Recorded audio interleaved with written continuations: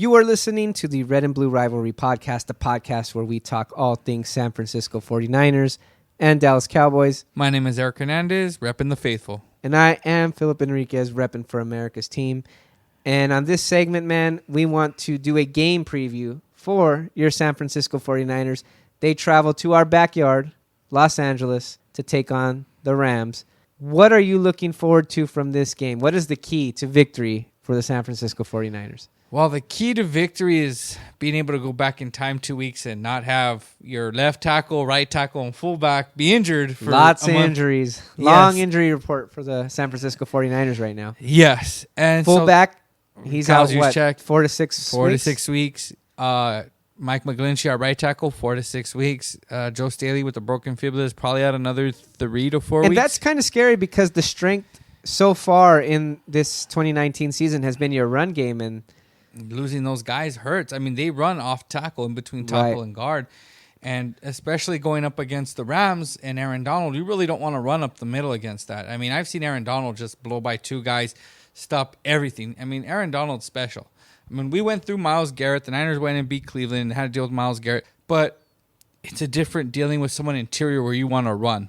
Basically, they have to go at what the Rams' strength is. You know, I'm not worried about the corners because we don't really throw to our wide receivers anyway. So, right. You know, so it's kind of like dealing with, you know, being able to run the ball against that. And with all of our tackles out and our fullback, you know, it's going to be extremely difficult.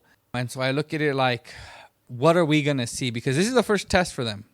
You know, this is the first test. Yeah, if you guys can get the win in LA against a division rival who, again, last season, this team was the Super Bowl representative for the NFC, won your division. I mean, that makes you guys legit. This would now become your signature win. But can you get it shorthanded on the offensive line? It's going to depend on the defense now. So that's going to be the issue because Kyle Shanahan's going to have a short week, but he's going to have to review it. And then you have the defense. And basically, that's what's going to have to win it for us. Jared Goff has not looked good. Todd Gurley has not looked good. This offense has not looked great. They were able to kind of climb back against Seattle. But, you know, Seattle, I'm going to be honest with you, straight up honest. Our defense, personnel-wise, on paper, is better than Seattle's.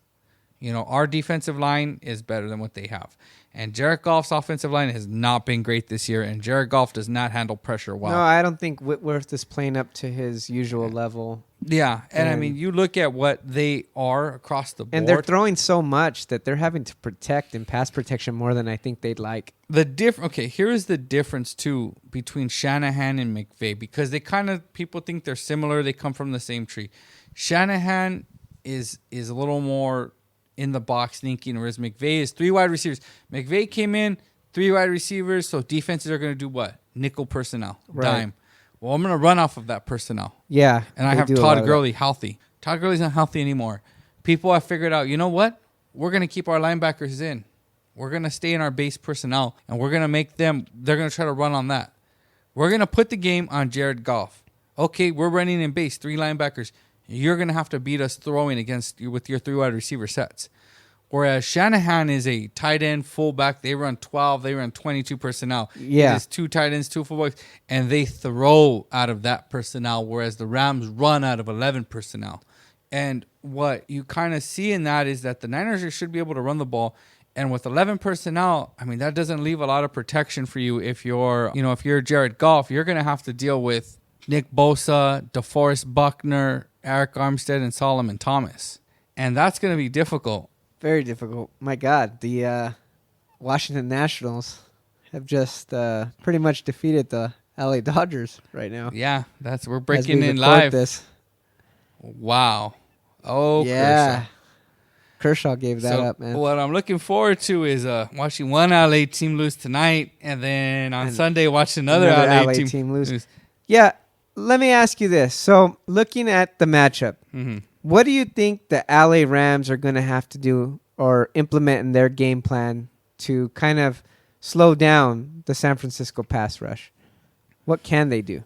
I think if you're them, you have to kind of go back to and I think they were doing it a little bit against Seattle, 12%. Kind of do what Shanahan does. I mean, those plays are in McVay's playbook. He knows. Right. So you're going to have to, you have to slow down them by play action. You're going to have to, that's how you do it, you know? Yeah. It's going to take a lot, but the way I see the Rams win, if the Rams do win this game, the way I see the Rams winning it is play action. You know, they were able to keep Myles Garrett at bay when they played Cleveland. You know, they can kind of have that same formula to keep, you know, Nick Bosa at bay. You know? Yeah. You're going to have to give Jared Goff time. You're going to have to make sure you have defined reads for Did Jared Goff ever, like, plant a flag in OSU? I mean, I hope he did. yeah. If not, I've superimposed pictures yeah. of Jared Goff's face on Baker Mayfield. Like, look what he did. Photoshop that. Yep. Yeah, because that, I mean, man, Bosa was Yeah, you don't piss on Ohio determined. State. Yeah. Yeah, definitely. So, what do you think the final score is of this game? Well, I think that, I mean, when I predicted this as a loss. When I started at the beginning, I thought there would be 3-1 going into the Rams because I thought the Steelers would win. Now, obviously, not having Ben Roethlisberger changed that. They're 4-0, but they're shorthanded. If this team was at full strength, I would pick this team to win comfortably. I would pick the Niners to win by 10 points because I truly believe that they're better than the Rams. But, you know, you're looking at no left tackle, no right tackle, no fullback, no corner still. That's what you have Jimmy G for. And that's why I'm going to pick the Niners to win. All right. Yes, I think they're going to go in there. This is how I think. I think they're still going to be able to run the ball because the left tackle, Staley's been gone. And yet the first play was on the left side. So School's been able to handle that being a 6th-round rookie.